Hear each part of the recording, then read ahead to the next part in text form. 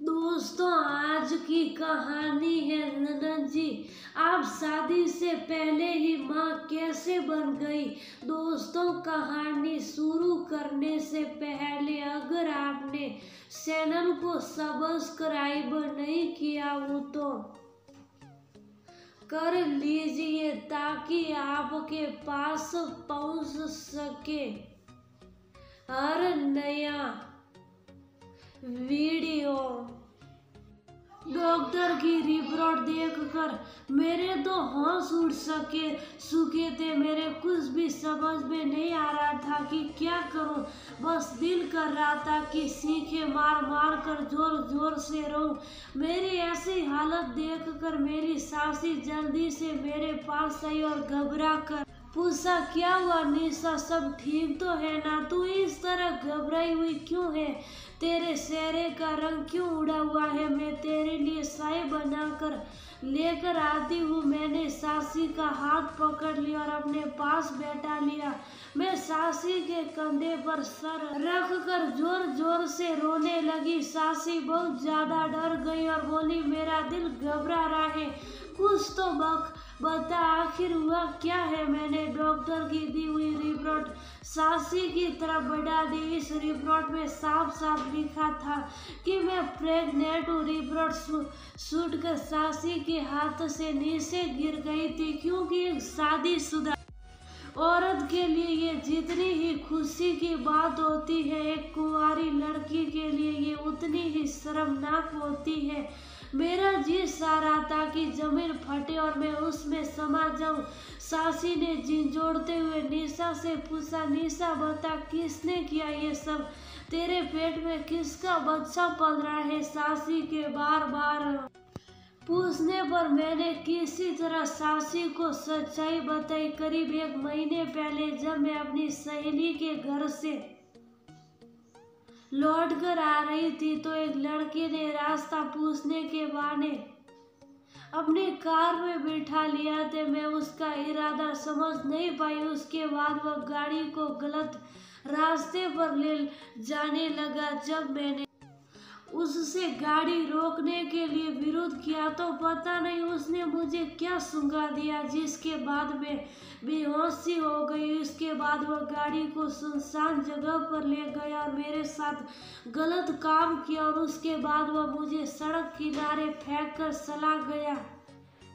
मैं बेसुध सी रोड पर पड़ी थी कि तभी अचानक एक कार आई। उसमें एक पति पत्नी थे। मुझे इस हालत में देखकर उन्होंने मुझे अपनी कार में बिठाया। मेरी हालत ऐसी थी कि वह कौन थे मुझे पता नहीं, लेकिन वह मुझे घर के दरवाजे तक छोड़कर चले गए। मैं शुभ साफ दबे पाँव कमरे में जाकर लेट गई और अपनी बदनामी की वजह से मैंने ये बात किसी को नहीं बताई। मेरी बातें सुनकर सासी भी रोने लगी थी। उन्होंने मुझे गले से लगाया और कहा, सब्र से काम ले मेरी बच्ची, जिसने भी तेरे साथ ये जुल्म किया है भगवान उसे उसकी सजा जरूर देगा। उस रात मैं और सासी पूरी रात जागते रहे। सासी रह रहकर मुझे शुभ कराती रही।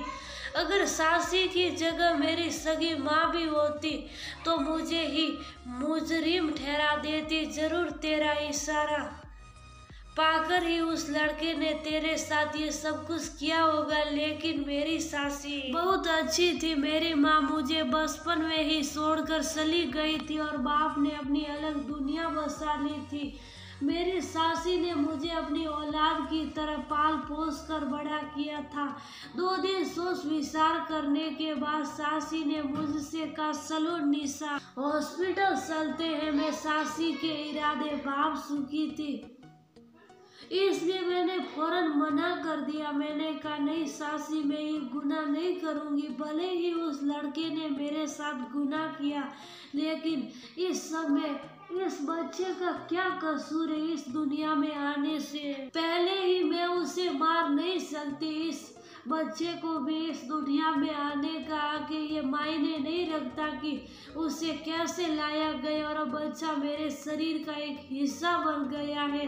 मेरी बात सुनकर सासी ने अपना सिर पीट लिया और बोली, निशा ये कैसी बातें कर रही हो? तुझे पता है तेरा बच्चा नाजायज बच्चा कहलाया जाएगा। लोग तुझसे उसके बाप का नाम पूछेंगे तो क्या तू दुनिया वालों को जवाब दे पाएगी? निशा ने कहा कि मुझे कुछ नहीं पता सासी, लेकिन मैं इस मासूम को इस दुनिया में आने से नहीं रोक सकती। मैं रोती हुई अपने कमरे में भाग गई और सासी मुझे बेबसी से आवाज देती रह गई। अपने कमरे में आकर मैं फूट फूट कर रोने लगी और रोते रोते कब आंख लग गई पता ही न चला। जब मेरी आंख खुली तो सासी मुझे आवाज लगा रही थी, निशा जल्दी से उठ जा, तेरी ये बहुत बड़ी खुशखबरी है। मैं जल्दी से उठ बैठी। पता नहीं मेरी जिंदगी में ऐसी कौन सी खुशखबरी आ गई थी जो सासी इतनी खुश हो रही थी। सासी बोली, निशा तेरे लिए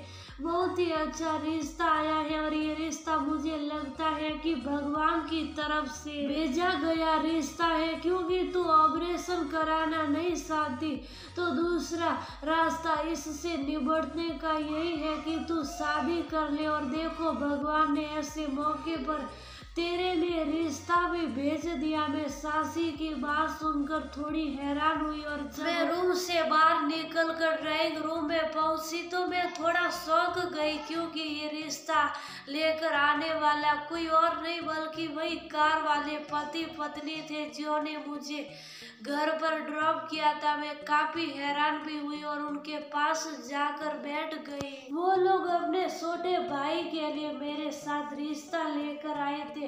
मुझे अभी भी यकीन नहीं हो रहा था कि ये कैसे हो सकता है। बाद में उन लोगों ने मेरी सासी को बताया कि उस वाक़े के बाद जब हम दोनों ने इस बच्ची की हालत देखी तो हम बहुत दुखी हुए और सोचने लगे कि इस बेचारी पर क्या गुजरेगी। और यही सोचकर हम निशा के लिए रिश्ता लेकर आए और सासी ने भी उन्हें निशा के बारे में सब कुछ बता दिया था ताकि उन्हें किसी भी तरह के अंधेरे में ना रखा जाए। और एक सप्ताह के अंदर मेरी शादी भी हो गई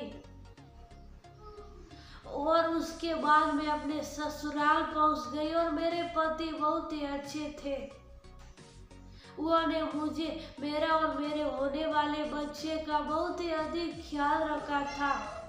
वो कहते हैं ना, जो देने वाला जब देता है, देने पर आए तो सफर फाड़ कर देता है। निशा के साथ